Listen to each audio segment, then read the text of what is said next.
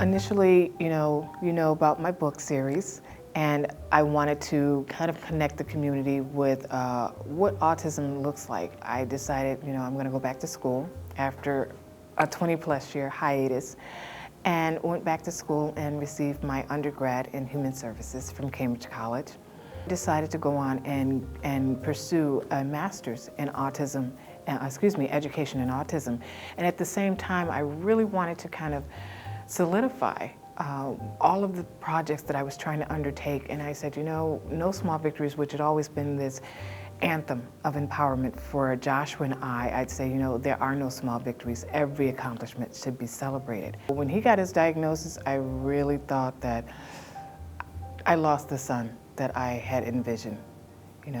My sons are 8 years apart. So there was so much hope and planning that went into him, and when I got that diagnosis, I just went into a tailspin. But he has been so much more than I have ever imagined or could have asked God for. Thinking back, I'd never heard the word autism. I had no idea what it was. And when I got the diagnosis, I remember my doctor saying, we don't know what it is, we just know what it isn't. And that was so, I couldn't even comprehend that. Like, what does that mean? So how do I fix this? How do I get beyond this? How do I make him whole again? Well, I think the realization that autism affects nearly 1 in 50 children. With a lot of my parents, and parents especially newly diagnosed, you literally feel like a deer in headlights. You have no instruction manual. You don't know where to go.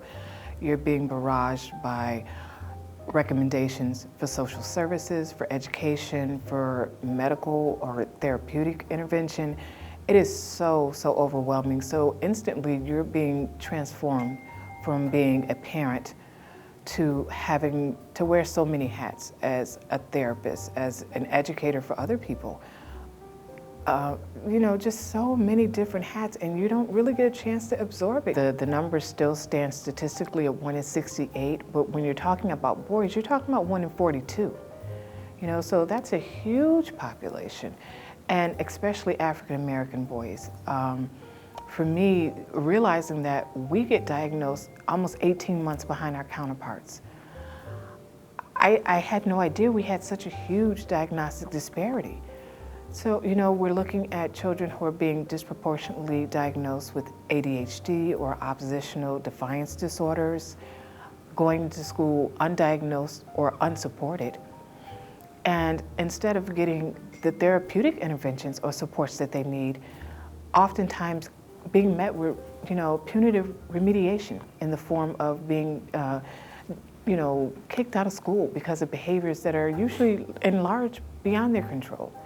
And I think because of a lot of cultural beliefs that we have about not really entrusting our children to other services or other networks, whether it's, because of social service interactions we've had in the past or historically with law enforcement, the educational system, the medical community.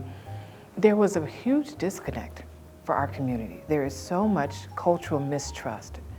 And I think definitely in light of the climate that we live in today, I think it's so important that as a community we are educated to get an early diagnosis, to be able to stringently advocate for services that are going to help our children, and be educated as a community as a whole so we can support the whole family. It's so difficult when you have one of those quote unquote invisible diagnoses. There are no crutches usually, there are no wheelchairs. So people look at our children and say, well, they look okay, there's nothing wrong with them. And autism so disproportionately affects communication and language and social skill development. So, that already puts a very dangerous and precarious component into a community that's already facing challenges. So for me, it's so important, the work that I do, not just for Joshua, but for all the Joshuas out there who may be misunderstood and who may be put in jeopardy just because of who they are or where they live. When you called me, I was so humbled And it just spoke to my heart.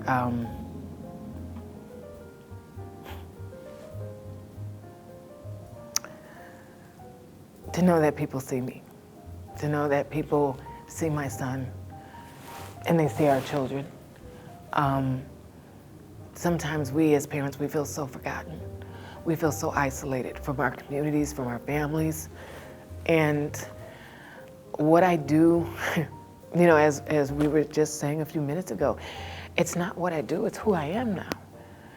I don't know any other way. And at the heart of it, it's not even about autism advocacy, it's just being a mom.